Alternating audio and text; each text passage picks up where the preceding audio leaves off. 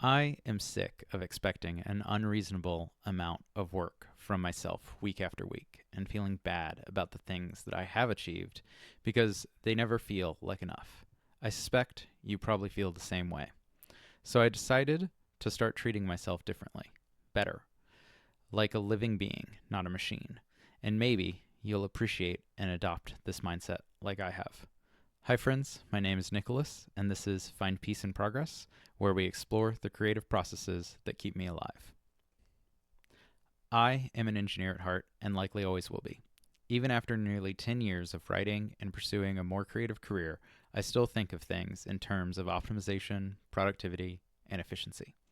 I track numbers about everything from hours worked in a week to words written per day and per hour.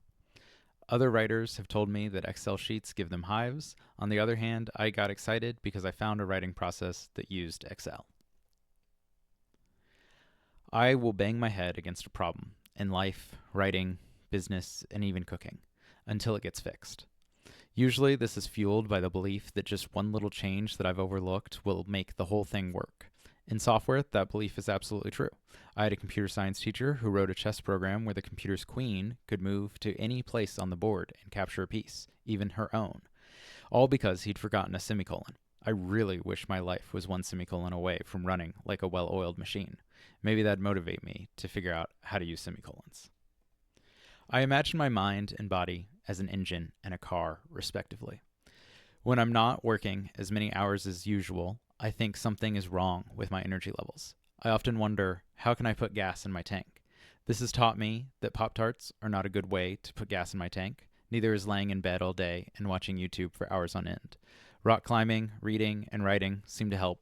Unfortunately, I usually need fuel to do those things.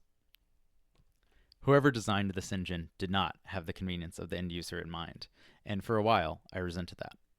Then, one day, I realized that I'm more similar to a horse than I am to a car. I do far better ingesting carrots, oats, and apples than motor oil and gasoline. So when I find that I'm not running as optimally as I think I should be, I remind myself, treat yourself like a horse, not a car. And usually, that leads to me realizing that I just did a hard push to finish a project, and it's more than reasonable to just spend some time in the stables. Everything I know about horses I've learned from Wild West movies. There's always a scene where the hero is riding after the bad guy, and he's been through a montage of riding through canyons and prairies, and he switched horses at the next town.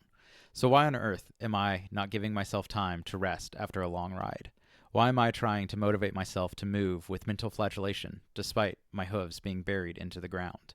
Why am I constantly shocked when I fail at projects that have spooked me in the past? Why haven't I given myself time to get comfortable with them?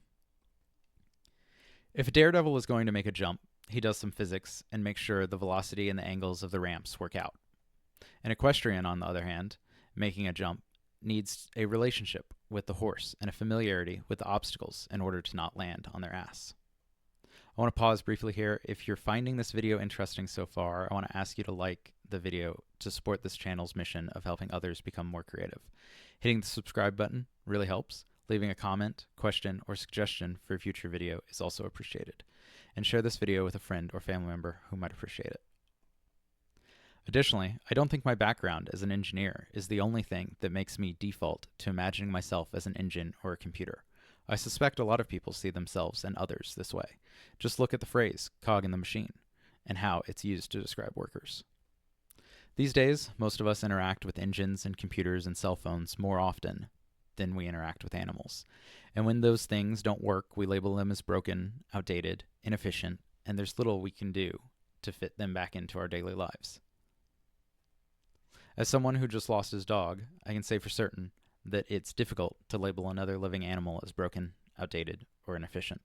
Even animals with jobs are retired to live out their natural life in comfort. Yes, I know there are exceptions with injuries and glue factories, but those are tougher decisions than replacing a slow phone. We have a hard time labeling animals as unproductive and lost causes, but we find it easy to label ourselves as those things. Maybe we should try treating ourselves with the same amount of compassion that we have for other animals. As an engineer, I want to see things as close to reality as possible. If I can't see the world as it really is, then I can't build things inside of it. Plus, every awesome tool we have as modern humans has stemmed from our advanced understanding of the universe around us. In college, I took physics classes so I'd understand electricity and could make working circuits. As a software developer, I learned about computers and compilers so that I could write software.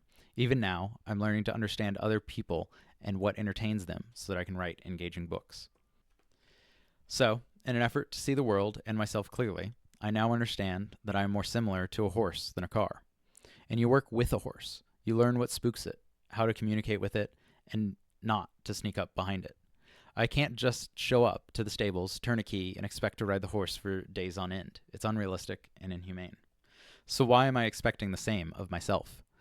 I'm trying to figure out what motivates and moves this horse that is myself. And more importantly, I'm trying to be gentle when it's stubborn and doesn't want to move. If you want to read some of my writing, you can get my space western novella, Slugs of Dale Cannon, at nicholaslacalci.com/newsletter. You can find out what I've been up to lately by following me on Instagram or Blue Sky at Nicholas Lacalci. I want to thank my Patreon members who help bring ideas like this to life. You can join the crew at patreon.com/stepintotheroad. Until next time, find peace in progress.